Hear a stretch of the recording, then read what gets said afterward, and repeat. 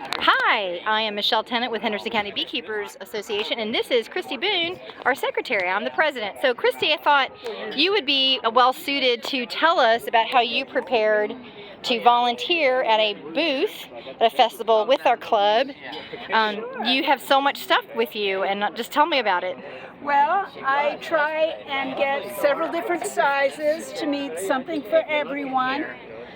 Some of them I have honeycomb in it, and then I always bring a tester so they can test it, honey with honeycomb or without. Nice. I got myself a little cart so I can pack my stuff up and carry it up. Nice. And I bottle it usually. I have it in like a 5-gallon bucket.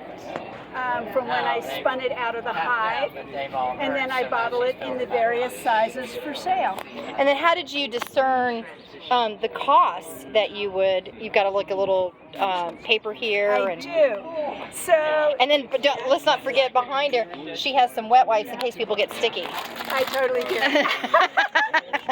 So how did you figure out the pricing? So I figure about $1 an ounce.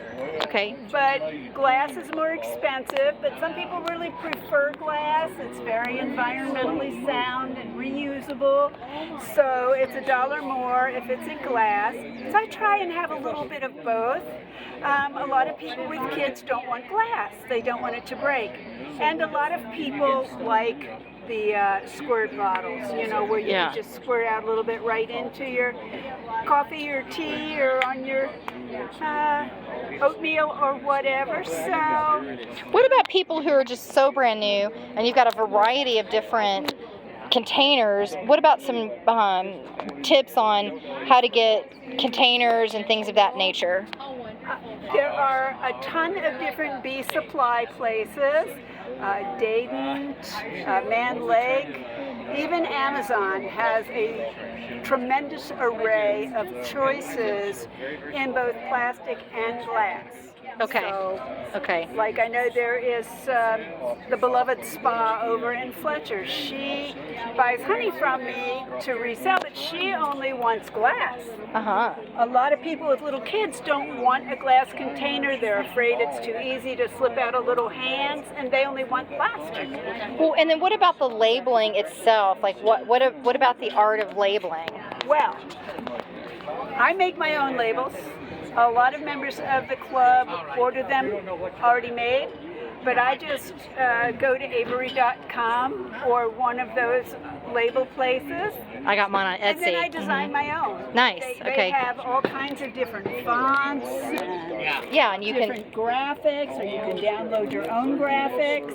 I actually like it's a very homemade look, right? So people love that because it tells it's like, oh, it's local. Yeah. And then I see here that Jim has put his certified honey. Jim Code does that, and then Jim also puts a little warning label on the back, you know, that it can crystallize, but if it does, you just warm it gently, not heat in the microwave ever, but just warm it gently and those crystals will dissolve. I like also, for those of yesterday, I think it was Gary's samples had some handwriting, and I think that's really, that shows that this has been, from a local apiary. So I wouldn't, if you don't have the time or the inclination to do a fancy label, and they're not going to be selling it professionally, you don't need all of the labeling that's located here, but you might actually just have some handwriting on it, and then just use some simple mason jars. Any other tips for being here at a festival? The opportunities are endless. It is so much fun to talk to people. I don't care whether they buy honey or not, but it's just fun to talk to them, exchange some information. You get an opportunity to talk to a lot of beekeepers from other areas. Like I've talked to people up from Florida, a couple that was just down from Pennsylvania. Spoke to somebody from Kansas yesterday. Nice. So that's really, really fun. Just the opportunity to interact with so many people and enjoy Hendersonville. Yes. This is such a wonderful opportunity. I love this community involvement.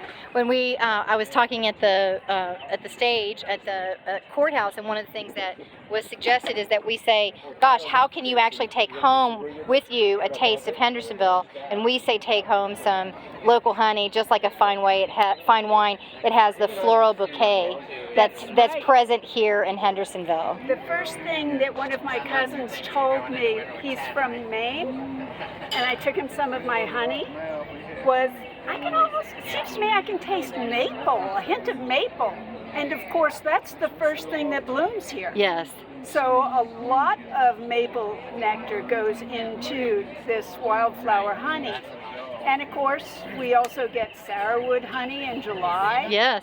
I can taste the clover in my honey. Right. It's amazing. Like you can actually taste the flowers that smell in your backyard, right? Rafter M Farms, he lives beside I think it's a blackberry farm, so he makes blackberry honey. Oh, beautiful. Yeah. Some people transport their hives to orchards so that they can do orange blossom honey or apple blossom honey.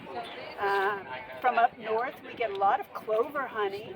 So great. So, the possibilities are just endless. Thank you so much for telling us how you prepared for the festival. You bet. Okay.